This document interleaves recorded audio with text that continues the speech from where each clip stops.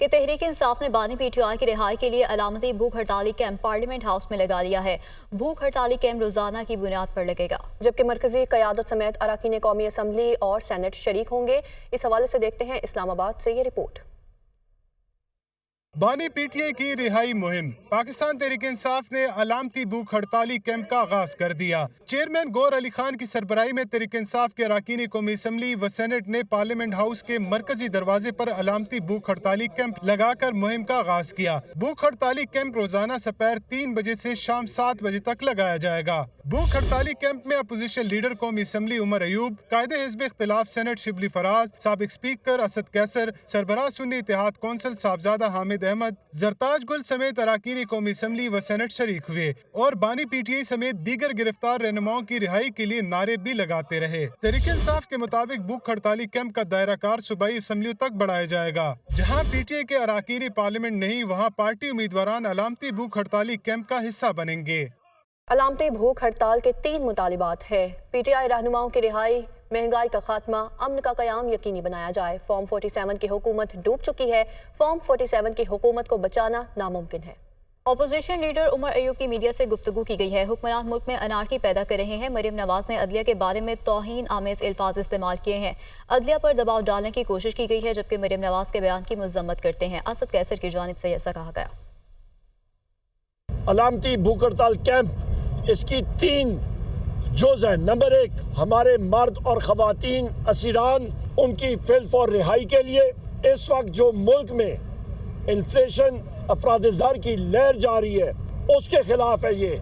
اور تیسری چیز، ہم لوگ چاہتے ہیں کہ ہمارے پیارے وطن پاکستان میں امن ہونا چاہیے، اور ان تینوں چیزوں کا حصول اس وقت ہوگا جس وقت یہ شہباز شریف کی فارم 47 کی حکومت مستعفی ہو کے آزادانہ منصفانہ انتخابات نہیں کراتے۔ مریم نواز نے عدلیہ کے بارے میں جو توہین آمیز الفاظ بولے ہیں اور ان کو ایک قسم کی تھریٹ کی ہے، آج ہم اس کی مذمت کرتے ہیں۔ اس لہجے اور اس رویے کو ان کے خلاف ضرور کنٹمپٹ جو ہے نا ایشو کی جائے۔ پاکستان تحریک انصاف، جو سپریم کورٹ نے کہا کہ یہ ایک سیاسی جماعت ہے، کسی طور پر جو ہے نا اس کو بین نہیں کیا گیا ہے۔ اس کے دفتر پہ کس قانون کے تحت حملہ کیا گیا، کس قانون کے تحت ہمارے جو انفارمیشن سیکرٹری ہے اس کو گرفتار کیا، اور خواتین اور جو ملازمین تھے اس کو گرفتار کیا گیا۔ یہ اگر سمجھتے ہیں کہ ان کی دھمکیوں سے، ان کی بدماشی سے کوئی دب جائے گا، ایک غلط فہمی ہے۔ تو ناظرین، تحریک انصاف کے رہنماؤں کی گرفتاری پر امریکہ کا رد عمل سامنے آ گیا ہے۔ اپوزیشن رہنماؤں کی گرفتاری پر تشویش ہے۔ میتھیو ملر کی جانب سے ایسا کہا گیا ہے کہ کسی بھی ترجمان کی گرفتاری پر ذاتی حیثیت میں تشویش ہوتی ہے۔ ہم جمہوری اقدار، انصاف اور قانون کی حکمرانی کی حمایت کرتے ہیں۔ ان کی جانب سے مزید یہ بھی کہا گیا ہے کہ پاکستانی آئین کے مطابق ان کے اقدار کا احترام ہونا چاہیے۔ تحریک انصاف کے رہنماؤں کی گرفتاری پر امریکہ کا رد عمل سامنے آ گیا ہے۔ اپوزیشن رہنماؤں کی گرفتاری پر تشویش ہے۔ میتھیو ملر کی جانب سے یہ کہا گیا ہے کہ کسی بھی ترجمان کی گرفتاری پر ذاتی حیثیت میں تشویش ہوتی ہے۔ وزیر اعلیٰ پنجاب مریم نواز کہتی ہیں کہ 9 مئی کے ماسٹر مائنڈ نے آخر کار منصوبہ بندی اور سہولت کاری کا اعتراف کر ہی لیا ہے۔ یہ سیاسی جماعت نہیں، انتشاری ٹولہ ہے جس کا مقصد شرپسندی کے ذریعے صرف ریاست کو نقصان پہنچانا ہے۔ اس حوالے سے حسن رضا کی رپورٹ دیکھیے۔ وزیر اعلیٰ پنجاب مریم نواز کے بانی پی ٹی آئی پر تنقید کی نشتر۔ کہتی ہیں 9 مئی کے ماسٹر مائنڈ نے بالآخر منصوبہ سازی اور سہولت کاری کا اعتراف کر ہی لیا۔ یہ سیاسی جماعت نہیں، انتشاری ٹولہ ہے جس کا مقصد شرپسندی کے ذریعے صرف اور صرف ریاست کو نقصان پہنچانا ہے۔ مریم نواز نے کہا کہ ایک عرصے تک عثمان پاک دہشت گردوں کا تربیتی ہیڈ کوارٹر بنا رہا، پیٹرول بم بنانے اور ریاست پر حملے کی تربیت دی جاتی رہی۔ 4 ماہ ٹانگ پر پلسٹر باندھنے کے ڈرامے کے دوران 9 مئی کی منصوبہ بندی کی گئی۔ یہ کیسا پرامن احتجاج تھا جس میں 200 سے زائد فوجی تنصیبات پر حملے ہوئے۔ وزیر اعلیٰ پنجاب نے کہا کہ پاکستان کو ڈیفالٹ کرانے، IMF کو خط لکھنے، سائفر لہرانے کی سازشیں شہداء کی یادگاروں کی بے حرمتی کسی بڑی سازش کا حصہ ہیں۔ یہ وہی سازشی گروہ ہے جس نے سی پیک اور چین پر بے بنیاد الزامات لگائے، دھرنے سے چین کے صدر کا دورہ نہ ہونے دیا۔ اسی انتشاری ٹولے نے 2014 میں پارلیمنٹ، PTV اور وزیر اعظم ہاؤس پر حملے کیے، پولیس کے سر پھاڑے اور سپریم کورٹ کی دیواروں پر گندے کپڑے دھوئے۔ وزیر اعلیٰ مریم نواز کا مزید کہنا تھا کہ اس شرپسند ٹولے کے خلاف سخت کارروائی ہونا ملک کی سلامتی اور قومی مفادات کا تقاضا ہے۔ پیپلز پارٹی کے رہنما خورشید شاہ نے کہا ہے کہ بانی پی ٹی آئی کو عسکری عمارتوں اور فوجی تنصیبات پر دھاوا بولنے کا اعتراف بہت پہلے کر لینا چاہیے تھا۔ بانی پی ٹی آئی نے نفرت اور تشدد کی سیاست کی بنیاد رکھی ہے۔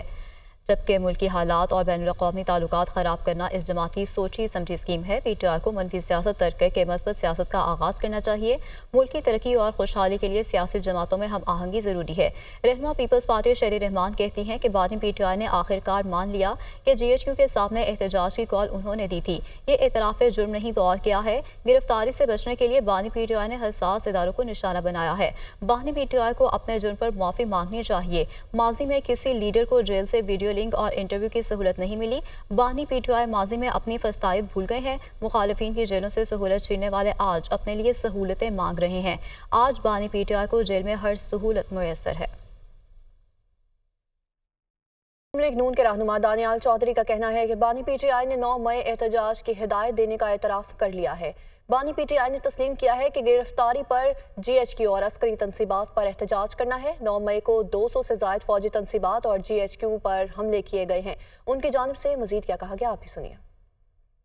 9 مئی میں کمیشن بننے کی اب ضرورت ہے کہ جب ویڈیوز آپ کے سامنے، ان کے کنفیشنز آپ کے سامنے، ان کے لوگوں کو پرووک کرتے ہوئے آپ کے سامنے، کس چیز کا کمیشن بنایا جائے؟ کہ کیا ان کی کمیشن اس لیے کہ ان کو اور ٹائم دیا جائے کہ پاکستان کو روز کمزور کریں، یا ان کو اور طاقت دی جائے کہ پاکستان کے انسٹیٹیوشنز کو کمزور کیا جائے؟ آپ پاکستان کے باہر بیٹھ کر، پاکستان کے اندر بیٹھ کر اپنی ریاست کو کمزور کرو، پاکستان کے خلاف وہ پروپیگنڈے کرو اور دنیا میں بنا کر بیچو آرٹیفیشل انٹیلیجنس کے تھرو جو پاکستان کی بنیادوں کو کمزور کرے۔ آپ اپنے لوگوں کو ڈیجیٹل ٹیررزم کے تھرو پرووک کرو کہ شہداؤں کے مجسمے جلاؤ۔